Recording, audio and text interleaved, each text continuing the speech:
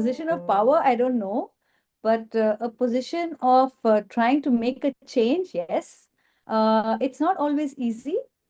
It, we're not always supported, but I wouldn't say that we don't get support at all. We get a fair amount of support. The industry is picking up quite a bit. At least when it comes to grooming and the whole grooming sector, I think people have finally seen the value of grooming and how it's not just like a luxury, and it's actually an essential service. So the industry has started understanding that, and hence they have been informing the clients, or speaking about it to clients. So I think that way there's been quite a huge shift in acceptance of different services for pets in our country at this point. It's been really exciting. I see the way people have accepted now women in business is it's really really very inspiring, and it's very accommodative. Not accommodative, I think that's the wrong word, but it's been very as it would just be accepted by any other gender. But I think there is the gender parity now. It has improved a lot, at least what my experience is. So from meet for family, meet friends, it's been really really very very positive. Uh, and the way I am growing and the way I want to grow, I don't see any hindrance of any gender roles that we exchange today in today's times. So it's been really really empowering that way. I feel there is no position of power. As you rise, it is more responsibility.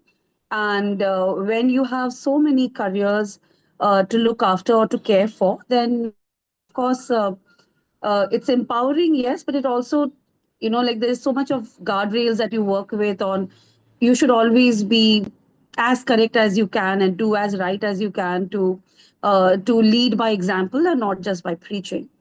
I started my work in pet industry about 8 years ago now, and very blessed that the industry gave me a very warm welcome. And my journey has been nothing short of being very, very smooth. Like I worked with some of the best brands, some of the best people, very, very good mentors. Been lucky there, and I have tried to keep the trend going. I've always tried to help as many people as I meet my way as we walk through. I feel what keeps me going is the motivation to keep doing better and keep getting better. The idea is not to be in competition with anybody or any brand or any number, but to keep doing what we do the best. And HUFT is a very good anchorage point for me because, like under the leadership of Rashi, like everything over here is so humane. We just don't chase numbers. We just don't chase one city upon another or one fort after another. It is everything is about values which are humane. Like we want to do the best. We want to sleep well. We want to be very proud of the work that we are doing, the kind of environment that we are creating for our community animals, for the pets that we have in our homes, and also for all the 3,500 to 4,000 people who are working with us. So it's been beautiful, the journey. For me, it was my dog. I used to have a golden retriever. He was my heart, my soul, my everything. So for me, when I started like way back when, so there was like literally nothing else going on in the industry. Grooming was, I think there was probably one other person doing grooming. There was zero certified groomers. There was zero concept of grooming in the country, right? And in other countries, it had already been around for like 40 years.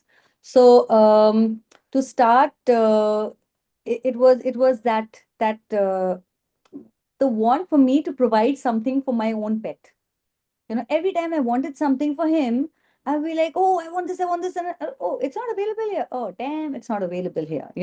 So then I realized, I was like, listen, instead of just crying and cribbing about not having anything available here, let me just go ahead and do it myself.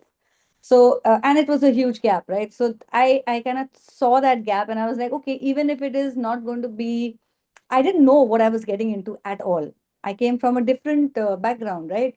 So when I got in here, when I started doing my grooming and stuff, I didn't know that it was a tricky place to get into. I didn't know that, maybe I could have failed, because that didn't happen in my head only. I didn't comprehend that, okay, I'm starting this and I may fail. I'm starting this, and do I even have clients? Is there even a need for grooming in our country or in our city or anything like that? And when I started with the mobile grooming van, that was like unheard of. Nobody even knew what a mobile grooming van was. And I came in with that concept, because I found it exciting. It wasn't for anybody else. It was for Blip and it was for me. And it just took off from there. So I think I come from the fact of Jeev Daya, where I grew up around Jainism as my learning basis for every being around you. So I come from a place where cows and any animal, any birds around you are very well taken care of.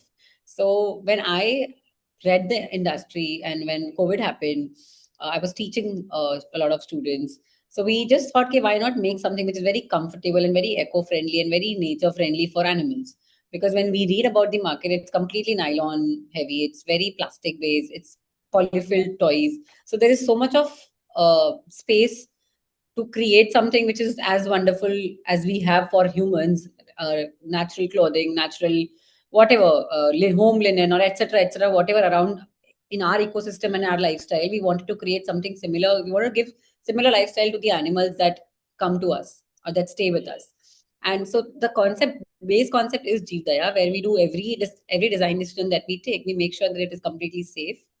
It's not commercially aligned only because we want to make it a social initiative where we are donating also a percentage. So a hefty percentage of it to animal NGOs. So yeah, it was simple. Like we wanted to empower artisans because it's completely women based or rural based artisans. Plus, we wanted something which is very eco friendly for pets and their lifestyle.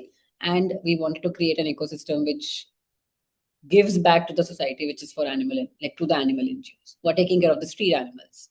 So, I've always loved pets. I've always had pets in my home. Like when I was growing up, also, we had two, three pets in our home. But to be very, very honest, I never thought of pet industry as a career when I was doing my management programs. So I started out with hospitality section and I did pretty well with the Marriotts and the Leelas. And then I took a sabbatical when I was going the family way. But when I wanted to come back, I didn't want to go back to the same rigmarole. I wanted to follow my passion. So pet industry happened by luck and by chance. But today when I look back and I connect the dots, I think it was just divine intervention that I do what I love doing.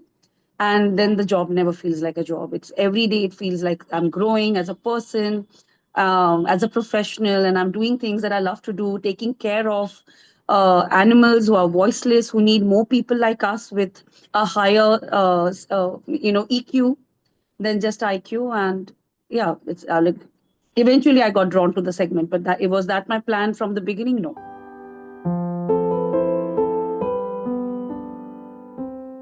So, if you want to start out a new career in the pet industry, the pros are that the industry is booming and there's a lot of potential. The cons are that you may fail. But guess what? You'll fail doing something you love. So that's okay. And that itself is a win. So I would say that if you want to get into it, if you really want to work with animals in whatever way it is, whether it is in a service or creating products or whatever it is, I think just go for it, because what's the worst that's going to happen? It won't take off. You'll fail. You'll probably lose a little bit of money. It's okay. I mean, it's an experience. Maybe if you can't afford it, then give yourself some time or give yourself a certain budget. And once you cross that budget, then, probably look for other avenues. But I I am a firm believer of, if there is something that you really want and you're going to focus on it, aaj nahi to kal, it's going to happen. So I would say don't give up and go ahead, do it. Don't let the naysayers, neigh in your ears, because it's just yappity yappity yap. You know what you want, you know where you want to go, you know what your mission is. I mean, this is me as well, right? Nobody knows what I want to do, not even my family. I know what I want to do, and so I'm doing it, right? I don't need anybody else's acceptance, or I don't need them to pat me on my back to be able to do what I want to do. because this is something that I genuinely enjoy. So if there is something that you genuinely enjoy, go ahead, take the plunge. I can assure you that 99.9% of the time, it is always going to be a success. And if it's not a success 99.9% of the time, you just have to wait a little bit longer. It's going to be a success. So I think when you're dealing with animals or when you're dealing with uh, babies, like, I mean, somebody who are voiceless, who you have to be taking care of, and you are responsible to take care of them, whatever product you're getting into. I think build with purpose, make sure that it is good for them, because you will be deciding anything and everything for them, what they're eating to what they are wearing to, etc., anything and everything that comes to their lifestyle.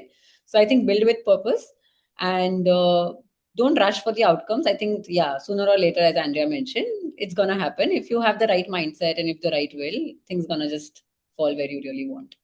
And yeah, keep going. When I started out 8 years back, there weren't too many women in the trade. I think the male to female ratio was absurd to too scary. But today, I see so many young girls entering the section as founders, as proprietors, as professionals. So yes, the women ratio is growing.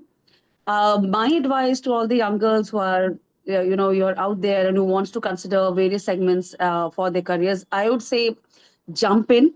It is a great spot, but for as a requirement of any a category or any field, you know, being here completely immersed in the kind of job that we have to do, be persistent, consistent, be disciplined, and the industry will really help you grow and reach the pinnacle of your careers. My advice to all the girls out there, get on in. Like there's so much of room, and we would love to have more and more of women with us as we move forward.